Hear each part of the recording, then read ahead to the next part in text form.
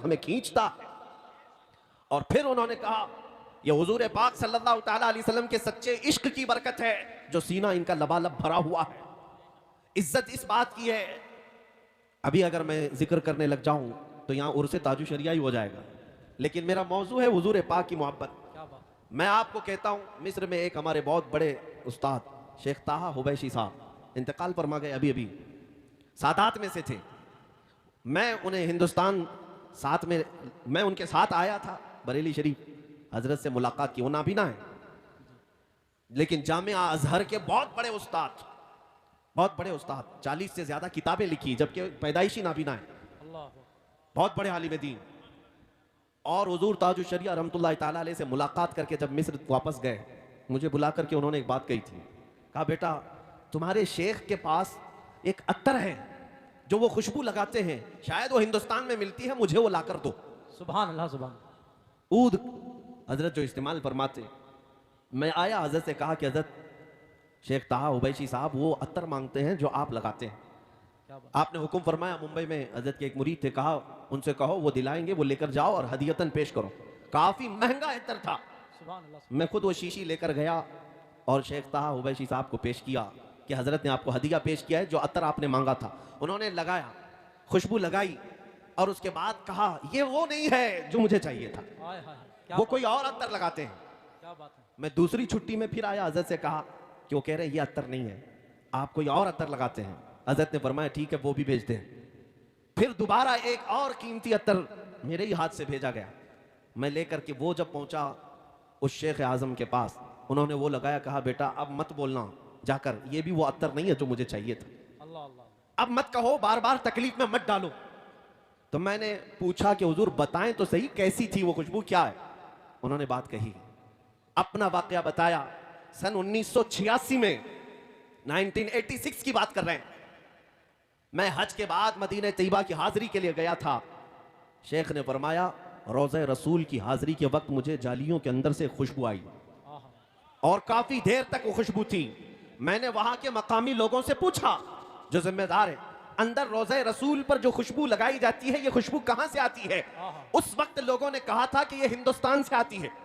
वाह वाह, मुझे इस बात पर फख्र है, मेरे आका के रोजे पर हिंद से खुशबू गई। क्या बात है। शेख ताहा उवैसी साहब कहते हैं मैंने मालूम किया था कि रोज़े रसूल पर तुम्हारे मुल्क से खुशबू भेजी जाती है, वही लगाई जाती है। कितने साल हो गए? सन 1986 से लेकर मैं 2010 की बात कर रहा हूं। 2010 की बात, तकरीबन 25 साल गुजर गए। उसके बाद वो कहते हैं 25 साल में ढूंढता रहा कि वो अत्तर मिले, लेकिन जब बरेली आया तो तुम्हारे शेख के पास मुझे वो नजर आई।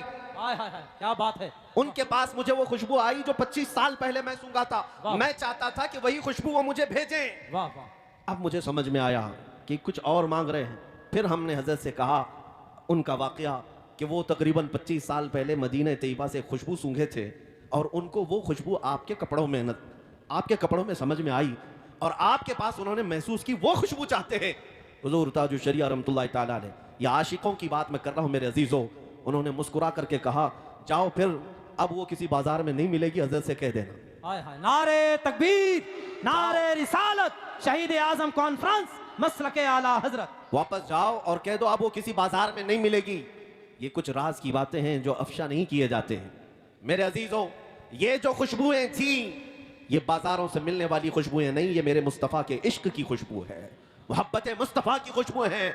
और इसीलिए आपके नाज़िम इजलास ने भी अभी कहा था, मुझे शेर याद नहीं आते, कि जो नबी पाक सल्लल्लाहु ताला अलैहि वसल्लम को समझ नहीं पाते या वो खुशबू महसूस नहीं कर पाते, ये वही लोग हैं जिनके उसूल में खता है। हुजूर पाक सल्लल्लाहु अलैहि वसल्लम की शान में तौहीन करने वाले। बहरहाल मैं आज आपसे ये खिताब करना चाहूंगा कि इज्जत रसूल पाक के कदमों में है, उनके गुलामों की ही इज्जत है। हमने देखा है पूरी दुनिया में आज, ऐ नौजवानों, तुम अगर ये समझते हो कि फिल्मी दुनिया में थिरकने वाले चंद स्टार की बहुत इज्जत है, एक्टर और एक्ट्रेस के पीछे भीड़ होती है, ये तुम्हारी गुमराही है। ये तो सिर्फ उनके जवानी की भीड़ है, ये सिर्फ और सिर्फ उनके हुस्न की भीड़ है।